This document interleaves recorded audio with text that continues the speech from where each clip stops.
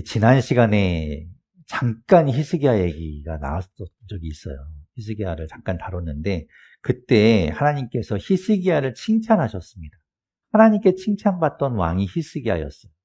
유다 왕 가운데는 전에도 후에도 그만한 왕이 없었다라는 것이 히스기야에게 내려진 평가였습니다. 물론 열왕기 하를 기록한 저자가 기록한 것이긴 하지만 분명히 그 안에는 하나님의 뜻이 담겨 있어요. 하나님이 히스기야를 그렇게 평가한 겁니다. 그랬던 히스기야가 오늘 말씀에 보면 하나님으로부터 저주의 말씀을 듣게 되죠. 도대체 왜 하나님은 그렇게 히스기야에게 저주의 말씀을 하셨을까?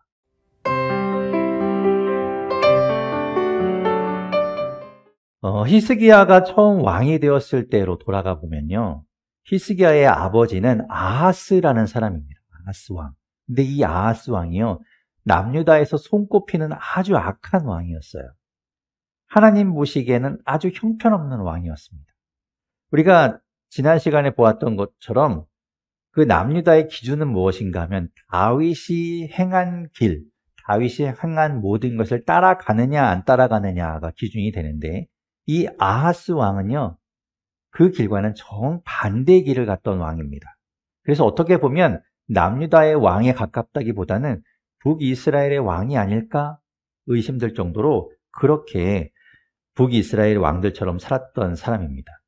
우상을 섬기기 위해서 하나님께 예배하는 성전을 다 치우고요. 그 안에 있는 기물들을 다 치우고 그곳에다가 우상을 섬기기 위한 것들을 마련해 놓고 거기에서 우상에게 제사를 지냈어요.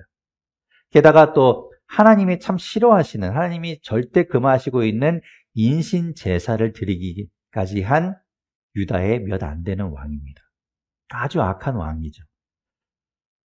그런데 그의 아들인 히스기야가 이제 왕이 되었습니다. 아버지를 닮지 않았어요. 아버지가 간 길과 다른 길을 갑니다. 곧 그 말은 다윗의 길을 따라갔다는 거예요. 다윗을 본받았다는 겁니다. 아마도 아버지의 아하스를 보면서 반면교사로 삼았겠지요. 그렇게 하나님 앞에 바른 길을 갔던 다윗의 행한 그 모든 것을 본받아 따라갔던 이 히스기야 왕을 하나님께서는 외면하지 않고 지켜주시고 또 그와 함께 하셨지요. 그런 예로 뭐가 있었냐면 북이스라엘을 망하게 했던 아수르가 이제 10년쯤 지나고 나서 남유다를 공격해 왔습니다. 예루살렘을 포위하고요. 턱 밑에까지 쳐들어와서 목에 이제 칼을 대고 항복을 요구하는 거예요. 그러면서 이제 항복하라고 편지를 써서 히스기야에게 보내왔습니다. 히스기야는 중요한 결정을 내려야 되는 거예요. 항복하고 살아남을 것인가? 끝까지 항전하며 싸울 것인가? 어떻게 해야 되나? 중요한 국가의 결단을 내려야 할 위기 앞에 그는 하나님 앞으로 갑니다. 그리고 하나님 앞에 기도해요. 그 편지를 가지고 가서 하나님 앞에 펼쳐놓고 하나님 보십시오. 이런 편지를 받았습니다. 어떻게 해야 좋을까요? 그러면서 기도하죠. 열왕기하 19장 19절에 그가 이렇게 기도합니다. 주 우리의 하나님, 이제 그의 손에서 우리를 구원하여 주셔서 세상의 모든 나라가 오직 주님만이 홀로 주 하나님이심을 알게 하여 주십시오. 아멘. 그가 기도하는데요. 하나님 저 좀 살려주십시오. 하나님 이 백성들을 살려주십시오. 우리나라를 구해주십시오. 그렇게만 기도하는 게 아니라 하나님 우리를 구원해 주셔서 하나님의 이름이 높아지게 하여 주십시오. 세상 모든 사람들이 하나님이 오직 한 분이심을, 오직 여호와 하나님만이 하나님이심을 보여주십시오라고 기도하는 거죠. 그야말로 하나님을 구하는 기도를 하고 있는 거예요. 이전에 그의 삶을 보고 또 그의 평가를 보면 이 기도는 가식된 기도가 아니에요. 하나님 앞에 잘 보이기 위해서 꾸며낸 기도가 아니라 그는 진짜 하나님의 영광을 위해서 기도하고 있는 겁니다. 하나님은 그 기도에 응답하셔서 하나님이 일하시고 하나님이 보여주세요. 그가 어떻게 구원을 이루시는지 보여주시죠. 여호와의 사자가 나타나서 그 아수르의 군사 18만 5천 명을 무찌릅니다. 그들을 다 죽이게 돼요. 여호와의 사자라고 되어 있는 그것이 단수로 되어 있거든요. 그러니까 여호와의 사자 하나가 나타나서 18만 5천 명의 군사를 죽인 겁니다. 무찌른 것이죠. 그것이 하나님의 일하심입니다. 요즘 유행하는 그 프로그램 있잖아요. 흑백 요리사에 나오는 것처럼. 나야 하나님, 나야 하나님. 이렇게 보여주신 거죠. 그렇게 히스기야는 하나님을 신뢰했고 하나님께 맡겼고 하나님은 구원을 베푸신 거예요. 하나님은 그렇게 지켜주셨습니다. 또 다른 일예도 있죠. 이런 일도 있었습니다. 히스기야가 병이 들었어요. 그래서 죽게 되었습니다. 하나님은 히스기야에게 삶을 정리하라고 말씀하셨습니다. 그런데 히스기야는 주님께 기도해요. 이렇게 기도합니다. 열왕기하 20장 3절에 그가 기도한 것을 한번 보십시오. 아뢰었다. 주님, 주님께 빕니다. 제가 주님 앞에서 진실하게 살아온 것과 온전한 마음으로 순종한 것과 주님께서 보시기에 선한 일을 한 것을 기억해 주십시오. 이렇게 기도하고 나서 히스기야는 한참 동안 흐느껴 울었다. 라고 말씀하고 있어요. 그가 하나님 앞에 기도한 겁니다. 그러면서 이야기하기를 하나님, 저 아시잖아요. 저 하나님 앞에 진실하게 살았고 하나님 말씀에 정말 순종했고 하나님 보시기에 선하게 살았던 것 하나님 아시잖아요. 하나님이 이번에도 그의 기도를 들어주셨어요. 그리고 하나님의 결정을 바꾸셨습니다. 내가 너를 고쳐주겠다. 그렇게 해서 히스기야는 15년을 더 살게 되었습니다. 모든 것이 하나님의 은혜이죠. 하나님이 히스기야를 어떻게 보고 계시는가, 히스기야를 얼마나 사랑하시는가 알 수 있는 대목이에요. 그만큼 또 히스기야가 하나님 앞에 정말 진실되게 살아왔고 하나님 앞에서 순종했고 그리고 선하게 살아왔다는 것을 보여주는 것이죠. 만약 그렇지 않았다면 이렇게 기도했을 때 하나님이 네가 언제 그렇게 했니? 라고 물으셨겠죠. 그런데 예전에도 제가 말씀드린 적이 있지만 이렇게 계속된 성공은요, 결국 그를 교만하게 만들어요. 교만에 빠지게 됩니다. 자신이 기도만 하면 하나님이 다 들어주시고 내가 기도만 하면 하나님이 다 이루어 주셔. 내가 기도만 하면 다 돼. 이런 마음이 생기면 결국 그것이 그를 망치게 됩니다. 그래서 여러분 혹시 여러분 기도할 때 왜 내가 이렇게 기도하는데 하나님 내 기도 안 들어주시지? 그것 때문에 하나님께 마음 상하지 마십시오. 어쩌면 그것이 여러분을 교만하게 만들지 않는 그런 방법이 될 수도 있어요. 그렇게 이야기한 것처럼 하나님의 은혜로 모든 것이 잘 되었고 그렇게 다시 살 수 있게 되었는데 히스기야는요, 이전과 다르게 하나님께 감사하지 않습니다. 그가 좀 달라졌어요. 히스기야가 눈물로 하나님 앞에 기도했을 때 하나님은 어떻게 말씀하시는가 하면 이렇게 말씀하셨어요.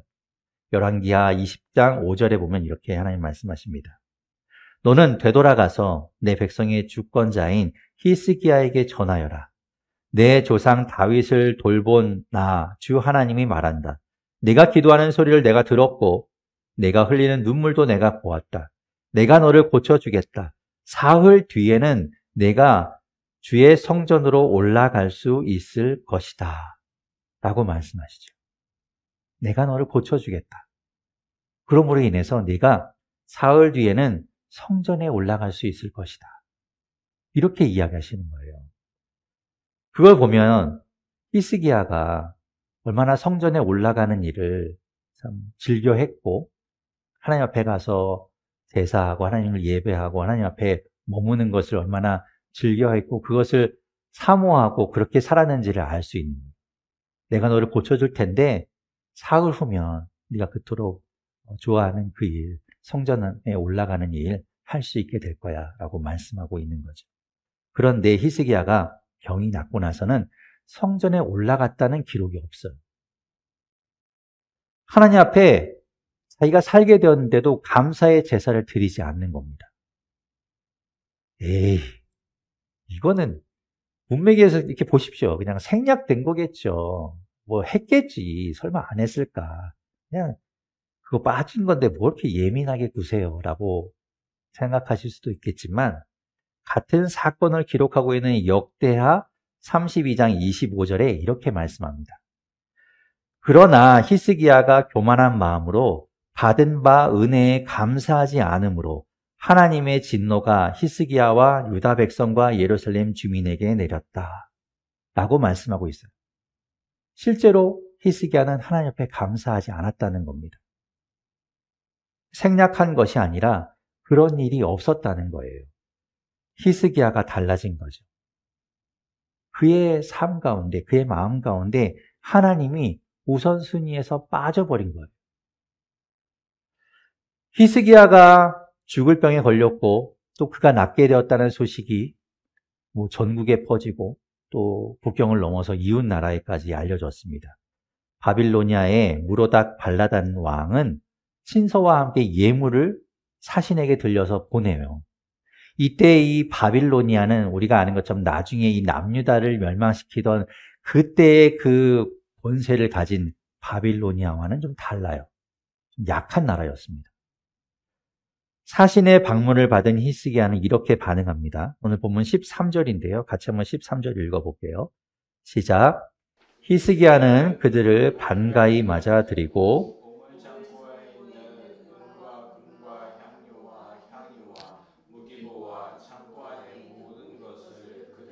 다 보여주었다. 히스기야는 그들에게 궁궐과 나라 안에 있는 것을 하나도 빠짐없이 모두 다 보여주었다. 이 일이요, 결정적인 문제가 되었습니다. 트리거라고 하잖아요. 방아쇠를 당기는 것처럼 결정적인 문제가 된 거예요. 병에 걸렸다가 나은 왕을 문병하기 위해서 당연하게도 이웃나라에서 이제 외교 사절단이 온 거죠. 그리고 그들을 반갑게 맞아들였습니다. 이거는 외교 관례상 흔히 있는 일이에요. 그리고 그들을 이제 안내하면서 이곳저곳 이제 보여준 거죠. 그런데 하나님은 이것을 책망하셨습니다. 잘못됐다는 거예요. 오늘 본문 16절부터 18절에 이렇게 하나님 말씀하십니다. 같이 한번 16절부터 18절 읽어보겠습니다. 시작. 이사야가 히스기야에게 말하였다. 주님의 말씀을 들으십시오.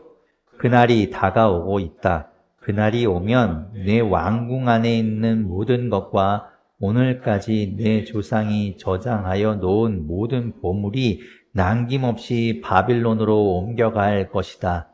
주님께서 또 말씀하십니다. 너에게서 태어날 아들 가운데서 덜어는 포로로 끌려가서 바빌론 왕궁의 환관이 될 것이다. 아멘. 예, 뭔가 아주 사태가 심각하게 느껴지시죠? 히스기야가 잘못을 하긴 했는데요. 이 잘못이 굉장히 커다란 잘못이라는 것을 우리가 알 수 있습니다. 하나님께서 말씀하시기를 왕궁 안에 있는 모든 것, 모든 보물이 남김없이 바빌론으로 옮겨지게 될 것이다. 그리고 너의 후손 가운데서 덜어는 포로로 끌려가서 바빌로니아의 환관이 될 것이다 라고 말씀하세요. 왜 이런 저주의 말씀을 하나님께서 하실까? 도대체 아까 읽어본 것처럼 13절에 히스기야가 그들을 맞아들이고 모든 거 보여준 것, 그것이 도대체 얼만큼 잘못된 일인가? 왜 하나님은 지금 이렇게까지 화를 내시는 것일까? 이게 너무 궁금하잖아요. 역대하 32장 31절을 보면요, 하나님이 히스기야를 시험하셨다고 말씀하고 있어요. 제가 읽어볼게요. 심지어 바빌로니아의 사절단이 와서 그 나라가 이룬 기적을 물을 때에도 하나님은 그의 인품을 시험하시려고 히스기야가 마음대로 하게 두셨다고 말씀하고 있습니다. 하나님은요, 히스기야를 시험하신 거예요. 그의 마음을 확인하려고 하신 거죠. 이전에는 히스기야의 마음을 확인할 필요가 없었어요. 왜냐하면 그는 그의 삶을 전체로 다 들여서 하나님께 순종하고 진실되게 살았거든요. 그런데 그의 마음이 달라진 겁니다. 그래서 하나님이 그의 마음을 시험하신 거예요. 확인하고 싶으신 것이죠. 그런데 히스기야는 그 하나님의 시험에 오답을 제출한 겁니다. 틀린 답을 내놓은 거예요. 무엇이 잘못되었는가? 사신들은요, 기적을 물었다고 이야기하죠. 도대체 어떻게 이런 기적이 일어났습니까? 라고 물었대요. 역대하 32장 31절에 그렇게 말하잖아요. 그들은 궁금했겠죠. 어떻게 해서 죽을 병에서 살아났습니까? 어떻게 아수르가 공격해 들어왔는데도 무사할 수 있었습니까? 도대체 무슨 일이 있었던 겁니까? 답은 하나죠. 우리가 본 것처럼 하나님이 하셨잖아요. 그러면 히스기야는 이렇게 말해야 되겠죠. 아니요, 우리가 한 것은 없어요. 그냥 하나님을 신뢰하고 하나님 앞에 나아가서 하나님께 기도하면서 하나님께 맡긴 것밖에 없습니다. 다 하나님이 하신 거예요. 하나님의 은혜가 아니었다면 지금 우리는 없습니다. 그런데 히스기야는 그런 이야기를 하지 않아요. 오늘 본문 14절을 보십시오. 14절 같이 읽어볼게요. 시작. 그때 이사야 예언자가 히스기야에게 와서 물었다. 이 사람들이 무슨 말을 하였습니까? 이 사람들은 어디에서 온 사람들입니까? 히스기야가 대답하였다. 그들은 먼 가나안 바빌로니아에서 온 사람들입니다. 예, 보십시오. 히스기야가 질문 2개 하죠. 첫 번째, 무슨 이야기 나누었습니까? 두 번째, 그들은 누구입니까? 그런데 히스기야는 뭐라고 답합니까? 첫 번째 질문에는 답하지 않아요. 그리고 그들은 먼 나라에서 온 사람들입니다만 이야기합니다. 그들이 무슨 이야기를 나눴는지에 대해서 답을 하지 않죠. 그 말은 곧 그들이 나눈 대화를 숨기고 있다는 거예요. 도대체 무슨 이야기를 했길래 그들이 숨기고 있는가? 역대하에서 분명히 보았잖아요. 그들이 물어본 건 어떻게 이런 기적이 일어났습니까? 라는 것을 물었는데 아마도 히스기야는 다른 이야기를 했거나 그 질문에 다른 답을 했거나 옳지 않은 답을 했겠죠. 그러니까 하나님 앞에 그것을 숨기고 있는 거예요. 대신에 자기가 얼마나 성공하고 있고 많은 것을 가졌는지 보여준 겁니다. 뭐냐면 그의 마음에 교만이 있는 거죠. 나야 히스기야. 그래서 그 교만 때문에 하나님이 빠져버린 거예요. 자기가 그 모든 것들을 다 이룬 것처럼 생각한 겁니다. 자기가 잘했기 때문이라고 여긴 것이죠. 그래서 하나님은 성공에서 생겨난 그 교만을 심판하셔서 그가 이루었다고 생각한 그 성공을 다 없애시기로 하신 겁니다. 그 모든 것들을 다 빼앗기게 될 거다 라고 하나님 말씀한 거죠. 여러분이 물론 이 땅에서 살아가면서 열심히 살아가고 최선을 다해서 여러분이 잘 되는 것 있지요. 여러분이 아무것도 안 하는데 하나님이 뭐 잘 되게 해주시는 일은 없잖아요. 난 가만히 있는데 뭐 내가 저절로 뭐 잘 되겠어요? 내가 노력해야죠. 하지만 나 혼자 노력해서 모든 것들이 잘 되지 않아요. 하나님이 함께 하셔야 됩니다. 그것은 같이 가야 돼요. 하나님의 은혜가 없다면 결국 우리는 밑빠진 독에 물붓는 격입니다. 그래서 우리는 하나님을 빼버리면 안 되고요. 우리와 함께 하시는 그 하나님, 우리 뒤에서 지금도 일하고 계신 그 하나님을 잊어버리면 안 되는 거예요. 그렇게 하나님을 잊고 나 혼자 짓는 그 성공은 모래 위에 집을 짓는 것과 같은 것이죠. 무너지기 쉽다는 거예요.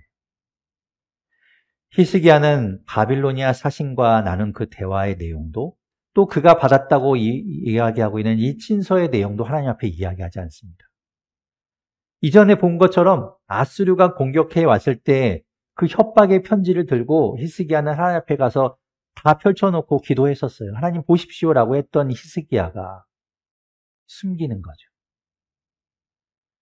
아수르라는 강대국, 그 제국 밑에서 이 남유다도 바빌로니아도 당하고 살고 있던 입장이었어요. 어쩌면 그들은 무슨 이야기를 나눴을까? 우리 서로 연합합시다. 우리 서로 손을 잡읍시다. 그래서 우리 저 아수르에게 한번 대항해 봅시다. 이겨봅시다. 이런 이야기 했을 수도 있어요. 여호와의 사자가 아수르의 군대 18만 5천 명을 무찔렀는데 그것을 경험하고도 하나님을 빼고 지금 눈앞에 예물 가지고 온 좀 강해 보이는 그 바빌로니아의 손을 잡으려고 하는 거예요. 하나님 손을 놓고요. 바빌로니아 손을 잡겠다는 겁니다. 그들과 동맹을 맺으면 뭔가 될 것 같거든요. 그들이 도와줄 것 같거든요. 그런 어리석음 때문에, 그런 우매함 때문에 하나님이 그에게서 빠져버린 거예요. 더 큰 일을 하신 하나님을 잊고 눈앞에 작은 선물, 이런 걸 줄 수 있는 나라라면 나를 도와주지 않을까, 그런 것에 속아서 하나님의 손을 놓고 그 나라를 잡으려고 했던 겁니다.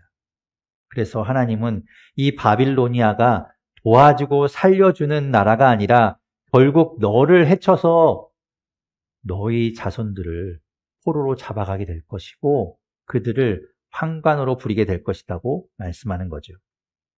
히스기야는요, 지금 당장 그것에만 눈을 두고 그것에만 집착하는 사람이 되어버린 겁니다. 19절에 우리가 처음에 읽은 것처럼 하나님이 심판을 말씀하셨는데 그의 반응을 보십시오.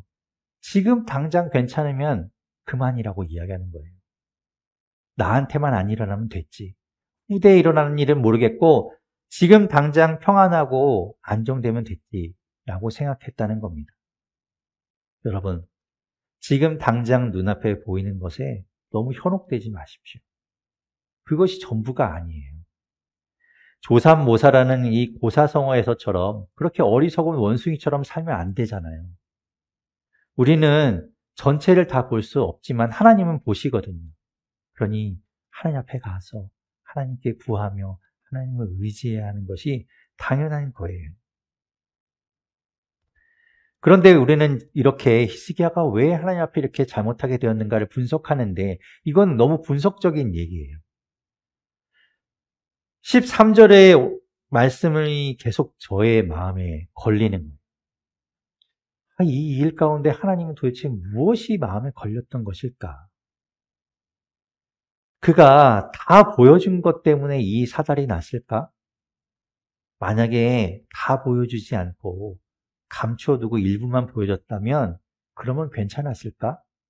아니면 아예 안 보여주거나 처음부터 그들을 문전박대하고 내쫓았다면 그러면 하나님이 괜찮게 여기셨을까? 다 보여주고 적게 보여주고 안 보여주고 이런 게 중요한 것 같지가 않은 거예요. 하나님 앞에 그래서 물었어요. 하나님, 히스기야가 한 행동 가운데 하나님 무엇이 그렇게 마음에 걸리셨고 무엇이 그렇게 서운하셨습니까? 그러면서 오늘 말씀을 보는데 이 모든 것이라는 게 눈에 다시 들어오는 거예요. 모든 것. 오늘 보면 15절 다시 한번 읽어볼까요? 15절 함께 읽겠습니다. 시작. 이사야가 또 물었다. 그들이 임금님의 궁궐에서 무엇을 보았습니까? 히스기야가 대답하였다. 그들은 나의 궁궐 안에 있는 모든 것을 보았고 나의 창고 안에 있는 것도 그들이 못 본 것은 하나도 없습니다. 바빌로니아 사신들이 히스기야의 모든 것을 보았대요. 히스기야는요, 그들에게 자기 모든 것을 다 보여줬다는 거예요. 하나도 빠짐없이. 교만함이 되었던, 어리석음이 되었던, 무슨 이유가 되었던지 간에 그 히스기야의 모든 것 안에 하나님이 빠져 있습니다. 하나님이 없어요. 그 말은요, 어디에도 하나님이 없다는 거예요. 그에게 있는 것 중에 어디에도 하나님이 없더라. 하나님은 이것이 서운하셨겠구나. 이것이 마음에 걸리셨겠구나. 이것이 속상하셨겠구나. 그렇게 마음이 들었습니다. 여러분은 어떠십니까? 여러분의 모든 것 가운데 하나님이 계십니까? 당연하지. 내 삶의 모든 것 가운데 어떻게 하나님을 빼? 당연히 포함되지. 그러면 그 모든 것 가운데 하나님은 얼마나 차지하고 계십니까?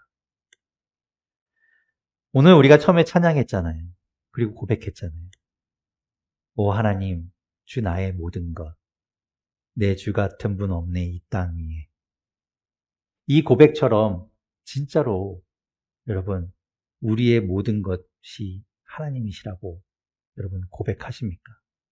저는 여러분이 그렇게 고백할 수 있기를 바랍니다. 모든 것 안에 겨우 구색 맞추듯이 하나님을 끼워 넣는 정도가 아니라 그 모든 것이 하나님 자체가 되고 전부가 될 수 있기를 바랍니다. 하나님은요, 우리가 정말 하나님을 모든 것으로 여기고 있는가? 우리의 마음을 보세요. 그런데 아직 그렇지 않을 수 있잖아요. 아닌데, 모든 것 안에 있기는 하지만 내 모든 것이 하나님이라고 이야기하기는 좀 아닌 것 같은데, 그럴 수 있죠. 그런데 하나님은요, 우리의 마음, 지금 상태를 보시기도 하지만 우리의 의지를 보십니다. 아까 보았던 역대하 32장 31절에서 하나님이 히스기야의 인품을 시험하셨다고 했는데요. 그 인품이라는 단어 안에는 마음과 의지라는 뜻이 담겨져 있어요. 하나님은요, 히스기야의 의지를 보고 싶었던 거예요. 지금 당장은 모든 것이 하나님이지 않을 수 있겠지만 모든 것이 하나님이 되도록 하겠다는 그 의지가 있는가? 그것을 하나님이 보고자 했다는 것이죠. 하나님이 아브라함을 시험하셔서 이삭을 바치라고 하셨을 때 그의 마음을 보기도 하지만 그가 정말 하나님 앞에 사랑하는 아들까지도 바칠 수 있는 마음, 그런 의지가 있는가? 그러려고 하는 마음이 있는가? 그것도 하나님이 보길 원하셨던 거예요. 하나님은 우리의 의지를 보고 계신 겁니다. 여러분, 하나님을 모든 것으로 고백할 수 있게 되기를 바랍니다. 지금 당장은 그렇지 않은 것처럼 느껴지더라도 여러분 의지로, 입으로, 입술로 고백하며 하나님이 나의 모든 것 되십니다. 라고 그렇게 고백하는 우리 모두가 될 수 있기를 바랍니다.